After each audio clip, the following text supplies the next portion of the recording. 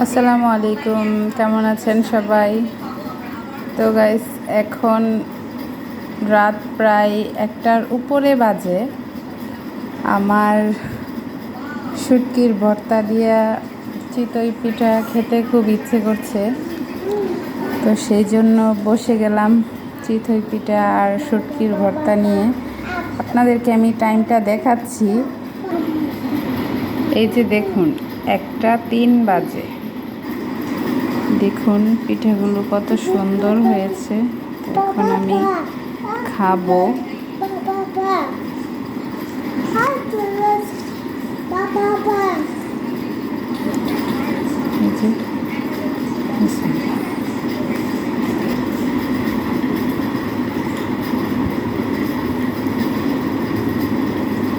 ঝাল ঝাল শুটকির ভর্তা।